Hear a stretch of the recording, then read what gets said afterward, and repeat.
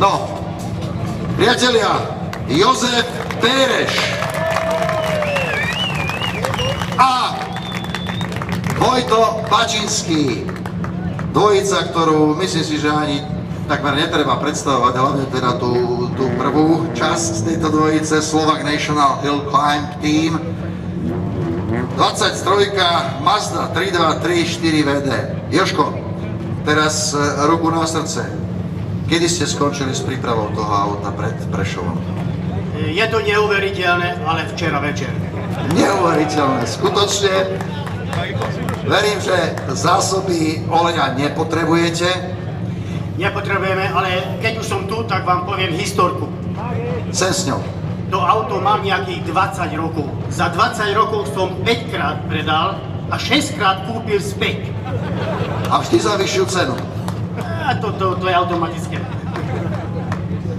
No, priatelia, takže toto je jednoducho oddanosť tomuto športu, pretože či budeme hovoriť o Igorovi Drotarovi, ale budeme hovoriť o Jožkovi Berešovi, jednoducho to je srdce, ktoré bije v 6 so 6 ventilmi, so 4 ventilmi. Ja som už mal všetko, ale najviac ma štve to, že ja som si myslel, keď som to auto vybral, že budeme v tých historických, medzi týma historickými autama viacerí, že bude nás 8, 10, budeme môcť pridávať, pretekať.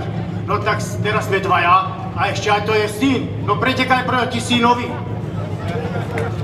Teraz si budete jeden druhému navzájom dokazovať kadečo, ale myslím si, že aj tento otcovsko-synovský súboj bude stáť za to, pretože medzi historikmi a teda v rámci seriálu Majstrovstiev Slovenskej republiky historických vozidiel tento súboj určite bude stáť za to. Jozef Péreš s Vojtom Bačinským, 23.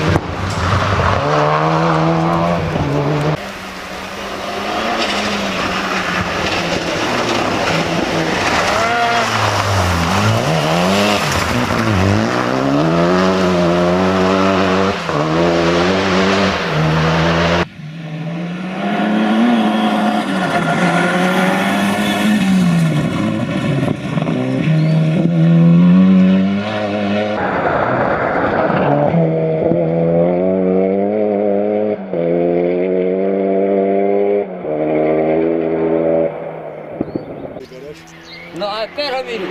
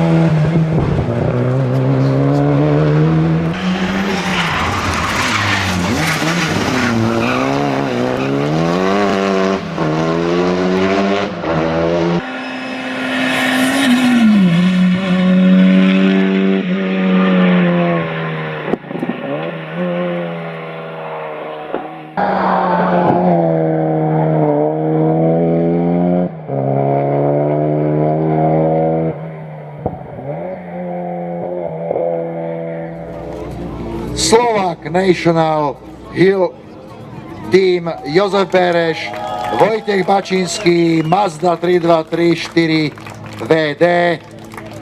My sme, priatelia, hovorili včera na štarte s Jožkom o tom, že trošku ho mrzí, že medzi historikmi sú v Prešove iba dve autá a navyše s dvoma Berešovcami, čiže v podstate rodinný súboj. Pre teba dopadalo v úvodzovkách horšie, len druhý ste skončili, ale Jožko, napriek tomu nie si asi sklamaný z toho, čo sa vám darilo na tratiach. Zdravím divákov, sme sa pošmýkali, veľmi dobre sme sa cítili, viac sme sa pošmýkali na Cemiate, jak ja na dvoch tých zimných pretekov, čo som štartoval. Čo sa týka výsledkov, som strašne sklamaný, posratý Žigulák ma porazil. Ale ja mu ukážem v Tatrách, budem musieť vymysleť na ňo nejakú tvrdšiu techniku, ja dačo vymyslím, tam to bude inak. Tak priatelia, to je zároveň aj pozvánka pre vás, aby ste sa prišli pozrieť na tatranskú súťaž alebo podtatranskú súťaž a minimálne tento malý rodinný mikrosúboj, do ktorého verím, že ešte niekto ďalší pod Tatrami zasiahne, si vychutnali naozaj naplno, pretože Jožko Bereš jednoducho nemôže podľa mňa na tejto súťaži chýbať. Jozef Bereš a Vojto Bačinský